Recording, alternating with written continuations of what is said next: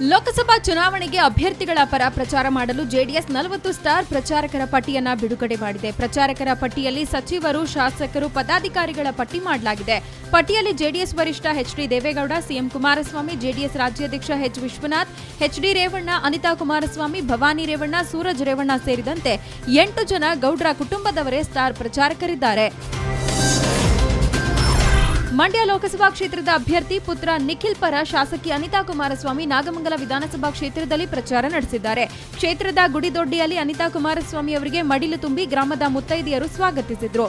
ಬಳಿಕ ಗುಳೂರು ದೊಡ್ಡಿಯಲ್ಲಿ ಎತ್ತಿನ ಗಾಡಿಯಲ್ಲಿ ರೋಡ್ ಶೋ ನಡೆಸಿದ ಅನಿತಾ ಪುತ್ರನ ಪರ ಮತಯಾಚನೆ ಮಾಡಿದ್ರು. ದಕ್ಷಿಣ ಭಾರತದ ಹೆಬ್ಬಾಗಿಲು ಕರ್ನಾಟಕದಲ್ಲಿ ಗೆಲ್ಲಲು ಬಿಜೆಪಿ ಕರ್ನಾಟಕದಲ್ಲಿ 6 ಕಡೆ ಪ್ರಧಾನಿ ಮೋದಿ ಸಮಾವೇಶವನ್ನು ನಡೆಸಲಿದ್ದಾರೆ.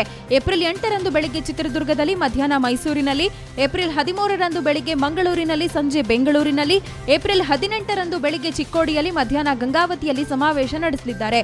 ಇನ್ನು ಏಪ್ರಿಲ್ 10, 12, 17, 20ರಂದು ರಾಜ್ಯದಲ್ಲಿ ಅಮಿತ್ ಶಾ ಪ್ರಚಾರ ನಡೆಸಲಿದ್ದಾರೆ. ಲೋಕಸಭಾ ಚುನಾವಣೆ ಬಳಿಕ ಕುಮಾರಸ್ವಾಮಿ ನೆಗೆದು ಬೀಳ್ತಾರೆ ಅಂತ ಹೇಳಿದ್ದ ಶಾಸಕ ಈಶ್ವರಪ್ಪ ವಿರುದ್ಧ ಸಚಿವ ವೆಂಕಟರಮಣಪ್ಪ ತಿರುಗೇಟು ನೀಡಿದ್ದಾರೆ. ಬೊಮ್ಮ ಸಾಯಲಿ ಅನ್ನುವ ತಿಮ್ಮ ಸತ್ತನಂತೆ ಅಂತ ವೆಂಕಟರಮಣಪ್ಪ ತಿರುಗೇಟು ನೀಡಿದ್ದಾರೆ. ಬಳಿಕ ಪ್ರಧಾನಿ ನರೇಂದ್ರ ಮೋದಿ ಮಹಾ ಸುಳ್ಳುಗಾರ, ನರೇಂದ್ರ ಮೋದಿ ಕೈ ತಲೆ ಆಡಿಸಿ ಪ್ರಚಾರ ಮಾಡೋದ್ರಿಂದ ಏನೂ ಆಗಲ್ಲ ಅಂತ ಹೇಳಿದ್ದಾರೆ. ಮಂಡ್ಯದಲ್ಲಿ ಕಾಂಗ್ರೆಸ್ ಭಿನ್ನಮತ ಮುಂದುವರಿದ ಹಿನ್ನೆಲೆ ಸಚಿವ ಜಿಟಿ ದೇವೇಗೌಡ ಬಹಿರಂಗವಾಗಿಯೇ ಅಸಮಾಧಾನ ಹೊರಹಾಕಿದ್ದಾರೆ. ಕಳೆದ ಬಾರಿ ಸೋತ ಕಾಂಗ್ರೆಸ್ ನಾಯಕರು ಕೆಲಸ ಮಾಡ್ತಿಲ್ಲ, ಅವರೆಲ್ಲ ಸುಮಲತಾ ಪರ ಕೆಲಸ ಮಾಡ್ತಿದ್ದಾರೆ ಅಂತ ಜಿಟಿಡಿ ಹೇಳಿದ್ದಾರೆ. ಕುಮಾರಣ್ಣ ನಮ್ಮ ವಿರುದ್ಧ ಮಾತನಾಡ್ತಾರೆ, ಎಲ್ಲವೂ ಮೀರಿ ಹೋಗಿದ್ದು ನಿಖಿಲ್ ಪರ ಪ್ರಚಾರ ಮಾಡೋಕೆ ಸಾಧ್ಯ ಇಲ್ಲ ಅಂತ ಚಲುವರಾಯಸ್ವಾಮಿ ಹೇಳಿದ್ದಕ್ಕೆ ಜಿಟಿಡಿ ಅಸಮಾಧಾನವಾಗಿದ್ದಾರೆ. ಲೋಕಸಭಾ ಚುನಾವಣೆ ಗೆಲುವಿಗಾಗಿ ಕಾಂಗ್ರೆಸ್ ರಣತಂತ್ರ ರೂಪಿಸಿದೆ. ಭಾಷಾವಾರು ಮತದಾರರನ್ನ ಸೆಳೆಯೋದಕ್ಕೆ ಸ್ಥಳೀಯ ಕೇರಳ, ತೆಲುಗು, ತಮಿಳರ ಮತ ಸೆಳೆಯಲು ಸೆಲೆಬ್ರಿಟಿಗಳನ್ನ ಕರೆಸೋಕೆ ಪ್ಲಾನ್ ಮಾಡಲಾಗಿದೆ. ಮಲಯಾಳಿಗರನ್ನ ಸೆಳೆಯಲು ಕೇರಳದ ಮಾಜಿ ಮುಖ್ಯಮಂತ್ರಿ ಉಮನ್ ಚಾಂಡಿಗೆ ಆಹ್ವಾನಿಸಲಾಗಿದೆ. ತಮಿಳರನ್ನ ಸೆಳೆಯಲು ಖುಷ್ಬೂ, ತೆಲುಗರನ್ನ ಸೆಳೆಯಲು ನಟ ಚಿರಂಜೀವಿ, ಮರಾಠಿಗರನ್ನ ಸೆಳೆಯಲು ಪೃಥ್ವಿರಾಜ್ ಚೌಹಾಣ್ಗೆ ಆಹ್ವಾನಿಸಲಾಗಿದೆ. ಕಾಂಗ್ರೆಸ್ ಲೋಕಸಭಾ ಚುನಾವಣಾ ಪ್ರಣಾಳಿಕೆ ಬಿಡುಗಡೆ ಮಾಡಿದೆ. ದೆಹಲಿಯ ಕಾಂಗ್ರೆಸ್ ಕಚೇರಿಯಲ್ಲಿ ಎಐಸಿಸಿ ಅಧ್ಯಕ್ಷ ರಾಹುಲ್ ಗಾಂಧಿ ಪ್ರಣಾಳಿಕೆ ಬಿಡುಗಡೆ ಮಾಡಿದ್ರು.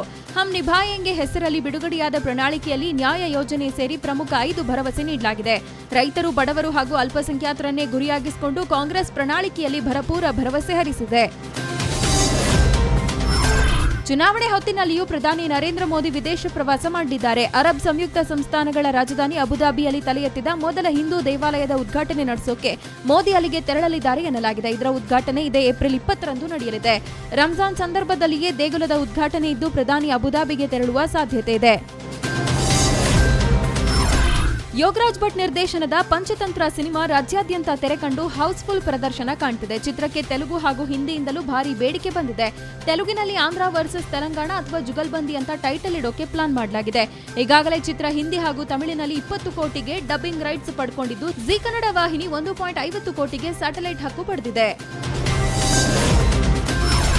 ಜಗೇಶ್ ಹಾಗೂ ಮಧುಬಾಲ ಜೊತೆಯಾಗಿ ನಟಿಸಿರುವ ಬಹುನಿರೀಕ್ಷಿತ ಪ್ರೀಮಿಯರ್ ಪದ್ಮಿನಿ ಚಿತ್ರ ಏಪ್ರಿಲ್ 26ಕ್ಕೆ ರಾಜ್ಯಾದ್ಯಂತ ತೆರೆ ಕಂಡಿದೆ.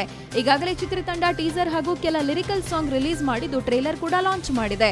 ಚಿತ್ರದಲ್ಲಿ ಜಗ್ಗೇಶ್ ವಿಭಿನ್ನ ಪಾತ್ರದಲ್ಲಿ ಕಾಣಿಸಿಕೊಂಡಿದ್ದು, ರಮೇಶ್ ಇಂದಿರಾ ಆಕ್ಷನ್ ಕಟ್ ಹೇಳಿದ್ದಾರೆ. ಇನ್ನು ಚಿತ್ರಕ್ಕೆ ಅರ್ಜುನ್ ಜನ್ಯ ಸಂಗೀತ ನೀಡಿದ್ದಾರೆ.